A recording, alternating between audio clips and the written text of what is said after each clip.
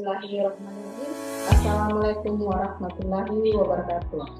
Salam sejahtera untuk kita semua. Perkenalkan, saya Winda Widiawati, Sarjana Magister Manajemen Program Studi Biokeperawatan, Fakultas Sains dan Teknologi Universitas Muhammadiyah Indrayani. Sebagai seorang dosen, merupakan suatu kewajiban untuk menjalankan tridharma perguruan tinggi, salah satu di antaranya yaitu bidang pengajaran. Pada kesempatan ini, saya ingin memaparkan salah satu mata kuliah yang saya ajarkan, yaitu Manajemen Sumber Daya Manusia. Pada mata kuliah Manajemen Sumber Daya ini, membekali mahasiswa dengan pengetahuan, keterampilan, dan sikap yang diperlukan untuk mengelola sumber daya manusia secara efektif dan efisien. Membekali mahasiswa dengan pengetahuan dan keterampilan yang merupakan untuk bekerja di bidang manajemen sumber daya manusia. Salah satu kewajiban sebagai dosen yang telah saya terapkan di dalam tridharma perguruan tinggi diantaranya adalah bidang pengajaran, di mana pada bidang ini sistem pengajaran ini mengacu pada DAI, yaitu Delivery, Interaction, dan Assessment. Apa yang dimaksud dengan DAI tersebut? Yang pertama adalah delivery. Delivery merupakan suatu proses tentang bagaimana saya menyampaikan materi pembelajaran sehingga dapat diterima dengan baik oleh mahasiswa. Materi yang saya sajikan mengacu pada capaian pembelajaran lulusan dari mata kuliah CPL pada mata kuliah ini yang terdiri atas 4 aspek. Aspek pertama yaitu mengenai sikap, aspek kedua mengenai keterampilan umum, aspek ketiga mengenai keterampilan khusus, dan yang terakhir mengenai pengetahuan. Untuk aspek sikap yaitu bekerja sama dan memiliki kepekaan sosial serta kepedulian terhadap masyarakat dan lingkungan. Adapun pada aspek keterampilan khusus yaitu terdiri atas 2. Yang pertama, mahasiswa mampu merencanakan kebutuhan sumber daya manusia sesuai dengan desain pekerjaan. Aspek yang kedua yaitu mahasiswa mampu memiliki sikap profesional dalam pengelolaan sumber daya manusia. Adapun keterampilan umumnya yang pertama yaitu mampu menerapkan pemikiran ilmiah, logis, kritik, sistematis, dan inovatif dalam rangka pengembangan ilmu pengetahuan dan teknologi yang memperhatikan menerapkan nilai yang sesuai dengan bidang keahliannya. Keterampilan umum kedua yaitu mampu melakukan proses evaluasi diri terhadap kelompok kerja yang dimana berada di bawah tanggung jawab dan mampu mengelola pembelajaran secara mandiri. Adapun aspek yang ketiga yaitu pengetahuan, menguasai teori pengertian manajemen personalia, perencanaan tenaga kerja, rekrutan karyawan, loyalitas karyawan, pengembangan sumber daya manusia, perencanaan pengembangan karir, kinerja penilaian prestasi, kompensasi dan balas jasa, proteksi, motivasi, kepuasan kerja, konflik dan stres kerja, audit sumber daya manusia, orientasi, pelatihan dan pengembangan, penilaian kinerja, pengimplementasian, pemeliharaan, dan pemberhentian. Adapun pengetahuan yang kedua yaitu menguasai pengetahuan, keterampilan, komunikasi, manajemen ekonomi, bisnis, dan sumber daya manusia yang diterapkan dalam profesi serta kehidupan secara luas. Dari CPL tersebut diturunkan 3 CPNK. CPNK yang pertama yaitu mahasiswa mampu menjelaskan pengertian, fungsi, dan tujuan sumber daya manusia.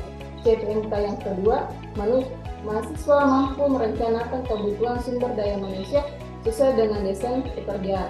CPNK yang ketiga yaitu mahasiswa mampu memiliki sifat profesional dalam pengelolaan sumber daya manusia.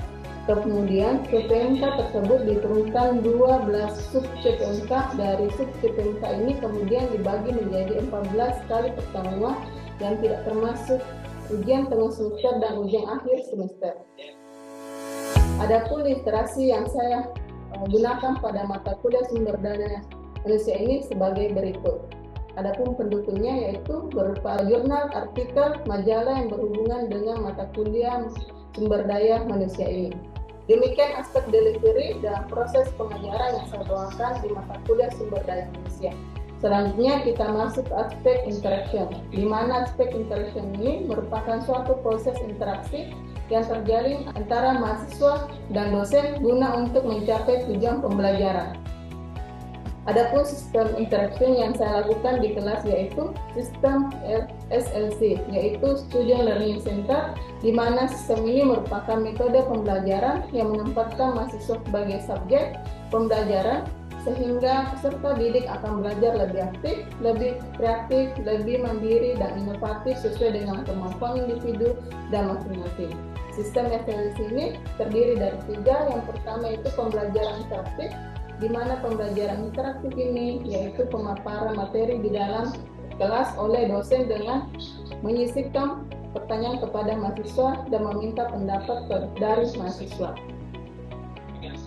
Yang kedua yaitu metode diskusi. Metode ini pembelajaran melibatkan antara kelompok mahasiswa dengan pengajar untuk menganalisis, menggali, dan memperdebatkan topik tertentu. Dan yang terakhir yaitu self-directed learning, yaitu metode berbentuk pemberian tugas kepada mahasiswa seperti tugas membaca atau tugas membuat ringkasan. Dalam menjalankan mata kuliah sumber daya manusia ini, saya juga menggunakan platform yang yaitu LMS Learning Management System. Ini menjadi dan mahasiswa untuk mengisi presensi, mengunduh materi pembelajaran, menyelesaikan tugas perkuliahan, serta lain-lainnya. Itulah metode aspek interaction yang saya terapkan dalam pembelajaran yang saya bawakan, yaitu mata kuliah sumber daya manusia. Selanjutnya kita masuk kepada aspek asesmen, yang dimana ini merupakan suatu proses penilaian untuk mengukur kemampuan mahasiswa secara objektif dalam menerima materi pembelajaran.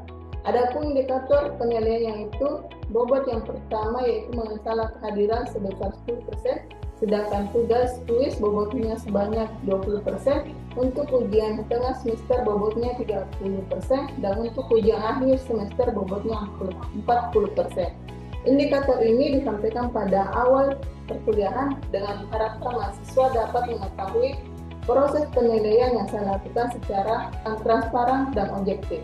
Demikian pemaparan 3 aspek yang saya terapkan dalam proses pembelajaran yang saya lakukan, yang terdiri dari 3 aspek. Yang pertama aspek delivery, yang kedua aspek direction, dan yang ketiga yaitu aspek assessment. Selanjutnya saya akan menyampaikan proses pembelajaran saya yang dilakukan di dalam kelas, yaitu metodologi secara umum. Selamat menyaksikan. Assalamualaikum warahmatullahi wabarakatuh. Assalamualaikum warahmatullahi wabarakatuh. Waalaikumsalam warahmatullahi wabarakatuh. Salam sejahtera kepada adik-adik semua. Apa kabar hari ini?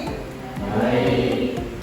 Bagaimana dengan kehadirannya? Apakah semua hadir? Ya. Sebelum kita memulai pelajaran kita pada hari ini, terlebih dahulu kita berdoa berdasarkan dengan kepercayaan kita masing-masing. Doa dimulai.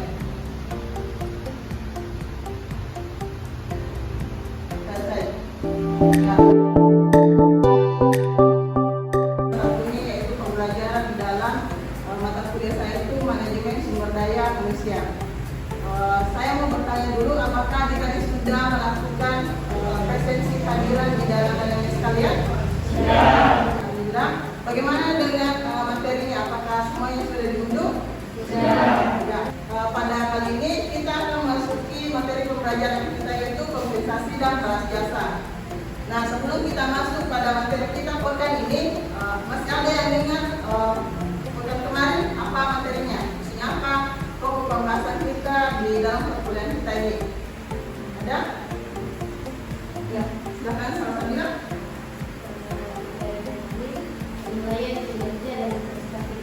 Ya, penilaian kerja dan prestasi kerja. Sedikit saya review, yaitu penilaian kerja dan prestasi kerja itu berdasarkan dari apa yang adik-adik lakukan di dalam suatu perusahaan. Jika misalnya adik mendapatkan prestasi kerja, tentunya harus ada penilaian kerja di dalamnya. Penilaian kerja itu berdasarkan dari prestasi kerja yang kalian dapatkan dalam suatu perusahaan jika kalian adik-adik bergabung dalam satu perusahaan. Selanjutnya pada pembelajaran kita pada kali ini yaitu mengenai kompensasi dan balas jasa. Sebelum kita lanjut lebih jauh, saya menanyakan, menurut adik-adik apa itu kompensasi dan apa itu balas jasa? Kompensasi dan balas jasa itu tidak sama. Jadi saya mau bertanya, apa itu kompensasi? Apa itu? Ya, silakan Risma. Baik Bu, kompensasi itu bentuk balas jasa yang diberikan kepada karyawan sebagai imbalan kepada atas prestasi mereka. Ya, berikan aplaus kepada temannya. Itulah bentuk balas jasa dari seseorang yang diberikan atas pekerjaan yang mereka didapatkan. Kompensasi dan balas jasa itu sama-sama saling membutuhkan satu keterkaitan satu sama lain. Nah, di sini pengertian dari kompensasi itu tentunya menjadi prioritas kita semua karena misalnya imbalan kompensasi. Di sini kompensasi yang pertama itu bisa berupa insentif atau gaji. Misalnya kalian sudah melakukan kinerja kalian dalam satu pekan atau dalam satu bulan itu kalian akan mendapatkan upah atau kompensasi. Yang kedua itu tunjangan. Tunjangan ini berdasarkan dari kinerja kalian dalam suatu perusahaan. Misalnya kalian sudah melakukan pekerjaan itu secara kontinu, misalnya 1 tahun, 2 tahun, tentunya ada tunjangan yang kalian dapatkan, misalnya tunjangan kesehatan atau tunjangan pekerjaan dalam suatu perusahaan. Yang kedua itu mengenai bonus. Bonus itu biasa kita dapatkan dalam sistem marketing atau sistem pemasaran dalam suatu perusahaan. Misalnya kalian mendapatkan bonus kalian ketika kalian mencapai target dalam pemasaran. Misalnya kalian diberikan target 30 unit, misalnya 30 unit dalam penjualan, terus kalian mencapai targetnya 30 atau 35, tentunya ada reward yang kalian diberikan atau bonus yang kalian diberikan, entah itu rewardnya berupa budget atau liburan. Itu tergantung dari perusahaan bagaimana mengambil kebijakannya. Yang terakhir itu fasilitas. Nah, ini fasilitas tentunya ini yang menjadi penunjang kita dalam suatu seseorang dalam menjalankan pekerjaan. Misalnya fasilitasnya, misalnya ada kendaraan yang kalian diberikan sebuah perusahaan, misalnya mobil atau kendaraan atau fasilitas lainnya, misalnya seperti rumah kalau misalnya kalian berasal dari daerah luar. Oke, selanjutnya itu mengenai balas jasa. Ini balas jasa yaitu kontribusi yang diberikan perusahaan kepada kalian. Ini balas jasa itu biasa berupa pengakuan. Misalnya pengakuan itu kalian disebut sebagai karyawan yang berprestasi atas kinerja kalian dalam 1 pekan, 2 pekan atau dalam jangka pendek, panjang maupun menengah.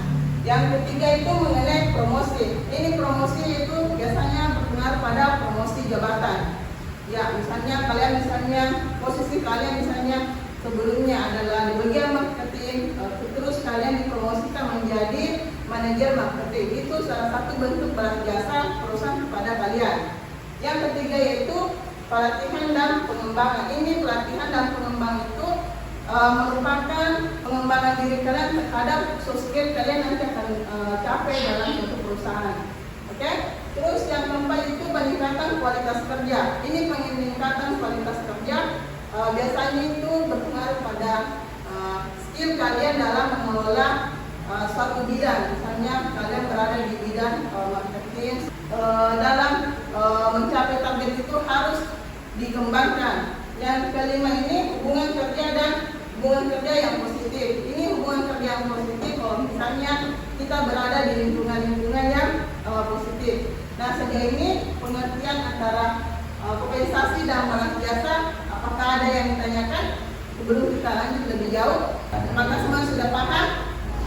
Pahamnya. Terus kita lanjut. Di sini perbedaan antara kompensasi dan balas jasa.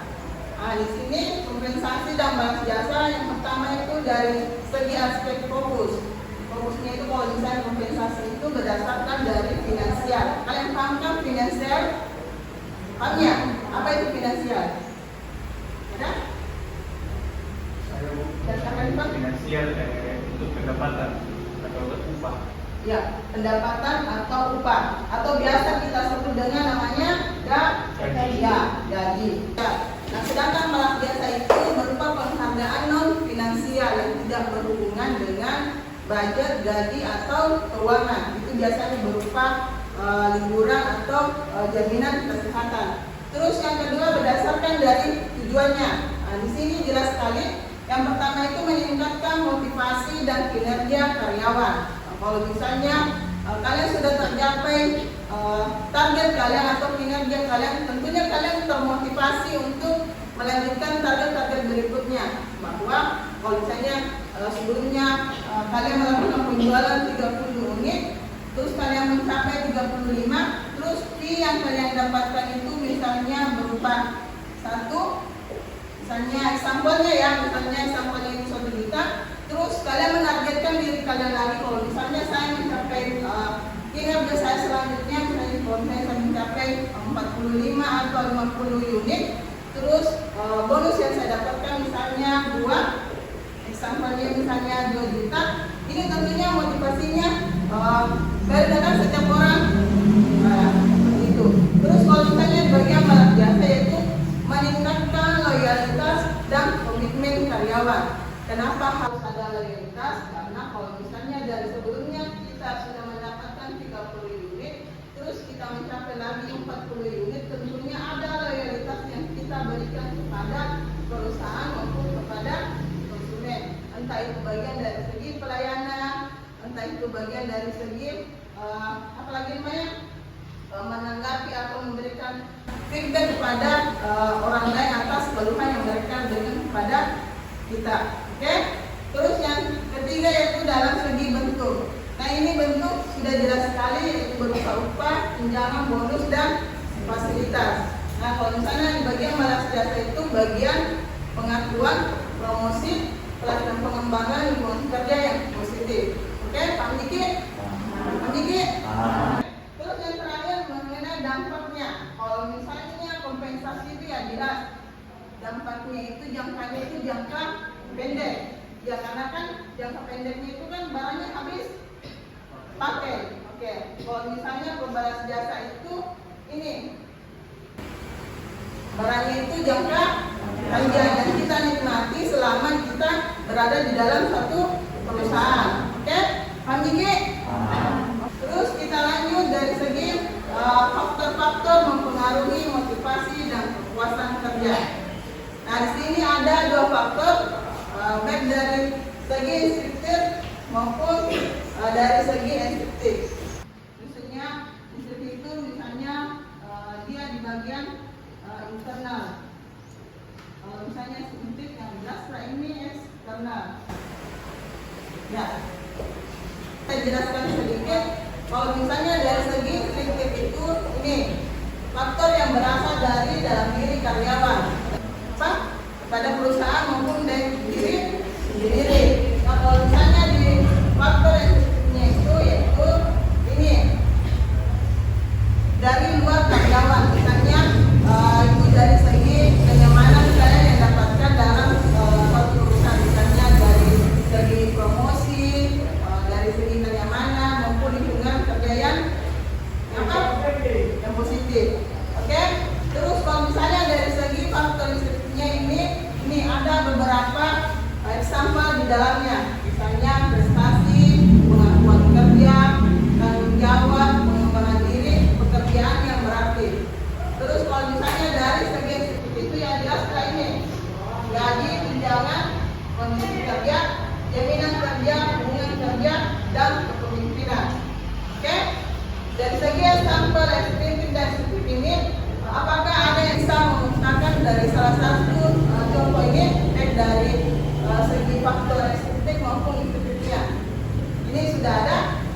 Yang pertama itu berdasarkan dari prestasi, pengakuan, tanggung jawab, pengembangan diri, pekerjaan yang berarti. Kalau misalnya dari segi instruktifnya tersebut, yaitu gaji, kondisi kerja, jaminan kerja, hubungan kerja, dan kepemimpinan. Saya kasih contoh misalnya dari prestasi kerja. Prestasi, saya kasih contoh kalian status kalian sebagai mahasiswa. Terus dalam 1 semester kalian sudah mencapai nilai kalian misalnya 20 SKS. Terus nilai kalian semua adalah 4 atau A.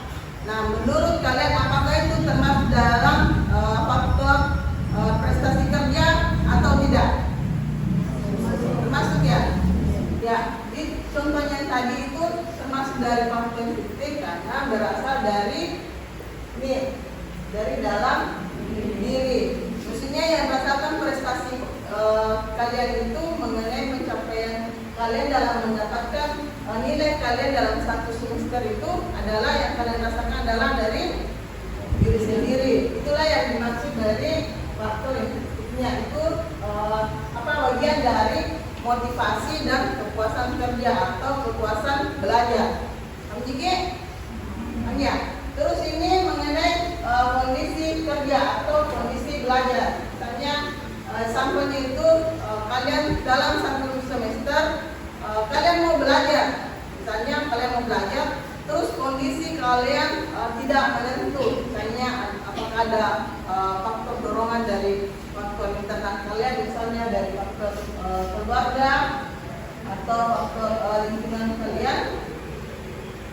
Nah ini kalau misalnya ini kondisi kerja atau kondisi belajar, jika kalian tidak sejalan antara kedua faktor ini, tentunya apa yang kalian rasakan itu tidak mungkin tercapai dari segi luar kalian sendiri. Begitupun misalnya dalam suatu perusahaan, kalau misalnya kalian bergabung dalam satu perusahaan, terus ini yang kalian rasakan itu tidak akan mungkin dirasakan oleh perusahaan tersendiri. Oke, sejauh ini faktor-faktor mempengaruhi motivasi dan kepuasan kerja. Apakah ada yang ditanyakan? Kami semua? Oke, jika tidak ada lagi pertanyaan atau sesuatu yang ingin kita bahas, kita cukupkan untuk pertemuan kita pada kali ini ya. Cukup sekian dari saya. Saya mohon maaf atas segala kekurangan selama membawakan mata kuliah ini. Sekiranya kita bisa bertemu lagi di pekan berikutnya dalam keadaan sehat dan diberikan ruang dan waktu, kita bisa bertatap muka kembali dalam perkuliahan kita, yaitu mata kuliah kita itu manajemen sumber daya manusia. Oke, sebelum kita akhiri, saya ucapkan banyak terima kasih. Mohon maaf atas segala kekurangan. Kita akhiri. Mohon maaf yang masyhur dan dirumah tengah. Assalamualaikum warahmatullahi wabarakatuh.